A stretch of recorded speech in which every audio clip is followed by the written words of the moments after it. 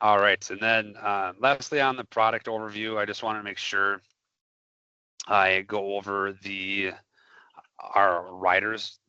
So we have 4 riders that are included with the policy at no additional charge, which are the ones in blue here.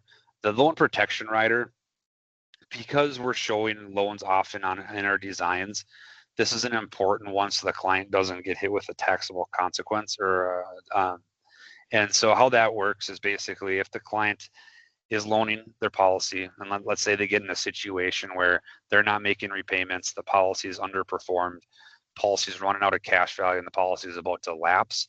Well, with an outstanding loan, if that happens, the policy could trigger, if that loan balance is greater than what they've put in their cost basis, that's going to be, the difference there is going to be taxable as income. So to prevent that, the loan protection rider, if the client's at least 75 and the policy's been in force for at least 15 years, they can enact the loan protection rider. The policy does pretty much become a reduced paid up policy at that point. Not much of a death benefit left, but the key there is they don't have to repay that loan back. There's no taxable gain there. So they basically, the policy ends for the most part, but they prevent any tax consequence. The other 3, the waiver of new charges is just basically if your client maybe decides to increase their coverage, there's not going to be a new surrender period. There's not going to be any additional charges in doing so. So it's just basically any added coverage or whatever down the road. There's not going to be unexpected charges. And then the terminal and the chronic, basically, because with the death benefit, if the client is terminally ill, which we deem 12 months less to live, they can access up to $1 million. If it's less than $1 million, up to 100% of their death benefit before getting paid out before they actually pass. And then with the chronic, obviously that's pretty common in the industry right now is having conversations with your client on what they're going to do in the event they become chronically ill, who's going to take care of them, what kind of protection do you have as it's getting inflated and extremely expensive. We have, if the client does get in that situation where they can't perform 2 out of 6 main daily living activities up to 90 days, then it's like indemnity. We don't show receipts or anything. We'll just send them, the amount that they request to be accelerated from their death benefit. Now, the max that you can do is 25% of the death benefit, so up to $1 million. So in that example, if a client has $1 million death benefit, the max that they could basically accelerate in year 1 is $250,000. That does impact the death benefit. Obviously, it decreases the death benefit by that. The cash value would proportionally decrease by the percentage. So you're taking 25%, your cash value decreased by 25%. And then there would be a discount rate. That discount rate would be taken from the amount sent back to the client. So that's going to be dependent upon how much cash value death benefit there is, then what age the client is. The older the client is, the less that charge is going to be. But if none of these riders are used at all, there's no additional cost. They're just basically built into the policy for the client to use if they ever need to do so. And then we do have 4 additional riders available that you can add on to our insurance policy. Our enhanced liquidity rider, we have a 12-year surrender period. So basically in the first 12 years that the client were ever to walk away from the policy, there's going to be that charge. So you can waive that charge up to 100% but then there would be an additional cost on a monthly basis as far as your monthly COI charges are going to be a little bit higher. And then you can also waive 50% if you want to waive half the charges. We also have a premium deposit fund rider. That's going to be used if you sold these type of life policies before to stay within guidelines. It's not often where you can just get a lump sum and pay that lump sum and just pay the policy up in one payment because there's tax advantages to life insurance policies. There's also guidelines as far as to maintain the definition of life insurance. There's max amounts that you can put into these policies as far as premium. And so what the premium deposit fund rider does is basically takes that lump sum but spreads it out over a 3 to 10 year period. And during that time, the money that's not applied to the policy does grow at 6%. That's the percentage that we pay out on the premium deposit fund, which is one of the highest in the industry. And and then we just spread that out through that 3 to 10 year period to stay within those guidelines. So you're going to use that on those lump sum if a client has a windfall of money and they really just want to cut you one check and just pay for the insurance and all at once. That's when you're going to use the premium deposit fund rider. We also have a supplemental term rider where you can blend in insurance. So we don't pay target premium on the supplemental. So you as an advisor is going to get paid a little bit less, but your client's going to see a little higher amounts of cash value or cash value and income by blending in term. It also can be good for maybe a client has a specific need only for a short period. Maybe it's to pay off a mortgage. They need some additional insurance, but only for 10, 15, 20 years. You could put on that term rider and then drop that term rider off once they don't have that need anymore. Maybe the kids get out of the house or they pay off that mortgage. And then waiver of specified premium rider, we can waive up a certain percentage of the premium or apply the premium that the client plans to pay to the policy in the event of a disability. So those are all customizable where you can add those additional riders at an additional cost if you would like. And then the last thing I want to mention, and I should have mentioned up front, I meant to do so. Right now with our product, we have our risk class upgrade program going on right now. And so basically any client that's either a table 2 or standard will get issued at our best rate class, which is preferred plus. So any standard, maybe you have a carrier that you just put through a client and they came back at a standard rating. Look at our product. Let's run an illustration because if we run it at preferred plus, there's a good chance that premium could be lower or cash value is higher, whatever your client's looking for within the policy. So that's going to be going on till the end of the year. And then we don't have a specific end date on it, but just know that that's going on right now too. And then I know I covered a lot today. It's so hard in an hour to go over and obviously remember everything I just went over. So we have a ton of resources out there. If you get contracted with us, you'll have access to our website.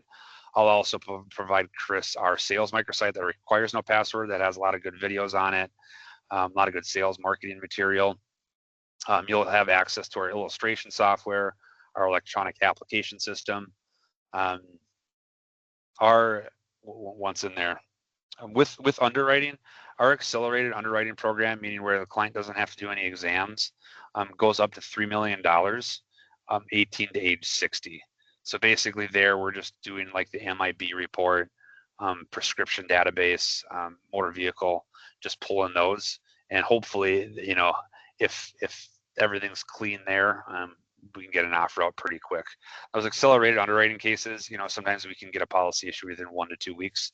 Now I would say on standard, when you're looking at life insurance policy, if it has to go through fully underwritten, those are the types of cases that usually last, around 1 to 2 months, depending upon, how quickly everything can get in by. So just wanted to give that time period if you haven't worked with us before, or kind of expectations to set with your client when looking at these products. But I'm gonna also, Chris will have my information that he can get out to you if you want to have a one-on-one conversation, or if you want to see an illustration design on what the product can look like. Be more than happy to do that. And I know we have like 15 minutes here. If you want, it'd be helpful. I can certainly pull up our illustration software and kind of go over a quick illustration on. Yeah, that would be amazing. Okay. That'd be great. Yeah, let me do that here. So I'm just gonna go home here. So I don't have time to teach you like all exactly, all the inputs on the illustration, but I'll show you kind of, with our product. So this is kind of just when you're doing benchmarking, when we look at ourselves to other carriers, typically we use a 45-year-old male. So that's what I'll roll with, is 45 years old. And again, remember, if a client's only looking at putting, in their 40s or 30s, and they're only looking at a couple $100, product's probably not going to look very good. It's typically ones that are going to be a little bit more overfunded. They have a little more money to throw at it. So let's say the client wants to put in, $25,000 for 20 years. So typically how I would design that is if your client is straight looking for the most income that they can get out of it, you're probably going to do a minimum face amount. And so what the system will do is based on the premium you're telling it, it'll calculate the minimum death benefit that we can start out to stay within those insurance guidelines. So I usually go minimum face, and then I'll do an increasing death benefit for the funding period. So since we're gonna, in this example, fund it for 20 years, I'm gonna say we're gonna do an increasing death benefit for 20, and then we'll level it off in the 21st year. Now, Hey, Matt, I hate to interrupt. I'm not seeing the screen for some reason. Are you still seeing my the resources? Presentate. Yeah, the resources. Yep. Okay, let me I might have to reshare this then.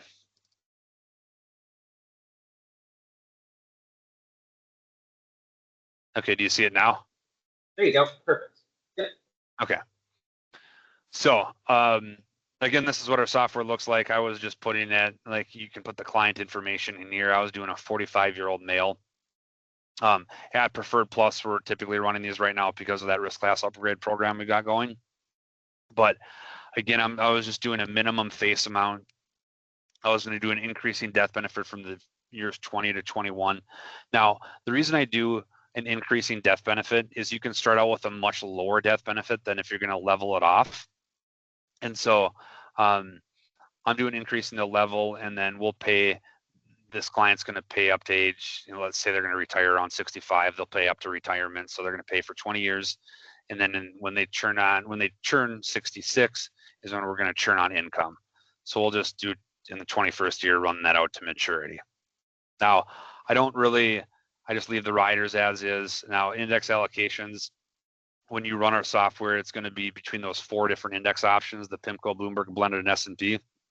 Those are all lockable, and it's showing some diversification there. Our max rate, and this max rate is based on historical cap and par rates on the S&P, and this is basically the max that we can take out is 6.65 as you show on the illustration. So that's what I'm running it at. But if we do a quick view here, this is kind of what we'd be looking at. So the client is putting in 25,000 for the, for that 20-year period, which would be, yeah, what if I do the math there, is that $500,000 or so that they've put in for the life of the policy. And come 66, they're taking out $92,000. So it takes about 5-6 years for them basically to take back than what they've put into it. But they've also in the entire time have had a death benefit over here of, it starts at 380. We're doing increasing, so as their cash value grows, so does their death benefit. But as you can see, when they start taking income, they still have a pretty sizable death benefit over here. So they're getting this income, and if they pass away, I mean, this does take the loans into account. So we're reducing that outstanding loan balance by this in the death benefit. But whatever year you're looking at, that's the actual death benefit that would go tax-free to their beneficiaries as well. So it's a perfect example of how powerful the product can be. Now this does assume a 6.6% return. There's going to be years that it's going to be above that. There's going to be years that's going to be below it. There's no way to, we have to, you don't know what an index is going to perform year to year. But on average, when we look at a historical look back, which, we have some pretty strong indicators from our historical performance and our index allocation guide.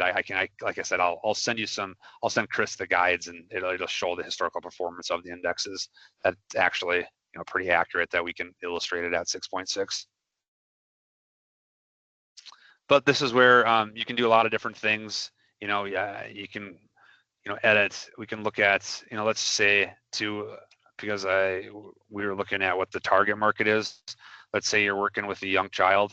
Maybe they were just born, sort of just, let's say they're a 1-year-old. And now you're doing minimum face increasing. Maybe the grandparents are paying for it, so they want to contribute $100 a month.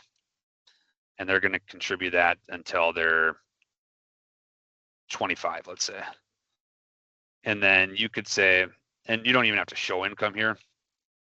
We could just do, again, I'm going to do increasing for the first 25 years, then level it off.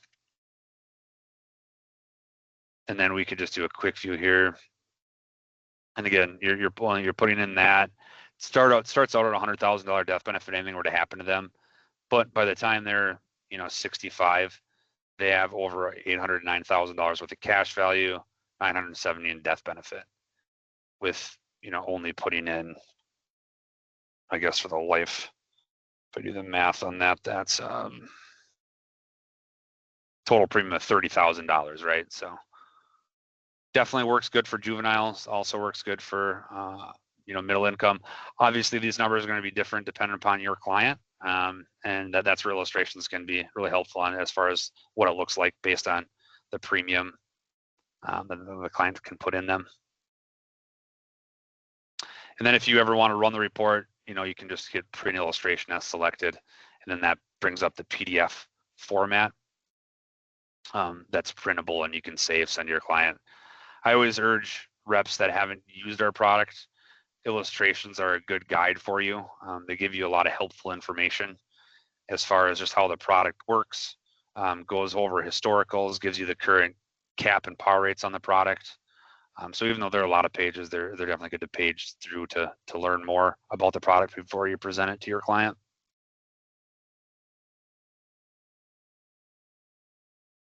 So about 10 minutes there, Chris. I know we only have a few that still survived on the call. And any questions on the stuff I covered today? I know there don't seem to be any questions. So if people do have questions, what's the best way to reach out to you? Yeah, either by email or my phone number. Let's see, I'll put it in the chat here. I don't know if this is allowing me to chat. Anyway, Chris, I'll send you my email with my contact info. Forward it on to the the people that were in this meeting, and then they'll have my information there that they can directly call me or email me. Sure. Yep. And to everyone that registered, within 24 hours, you will receive a recording of this webinar. Awesome. And with that, there doesn't seem to be any questions. So thank you so much, everyone, for joining us today. Like I said, within 24 hours, you should receive a recording of this webinar. So thanks for joining us. And thank you very much, Matt. No, I appreciate it. Thanks for your time today and allowing me to be on the call and listen about our product. But yeah, please reach out, keep me as a resource if there's anything I can help out with. Absolutely. All right. Thanks for joining us, everyone. Yep. Thank you. Bye. Bye.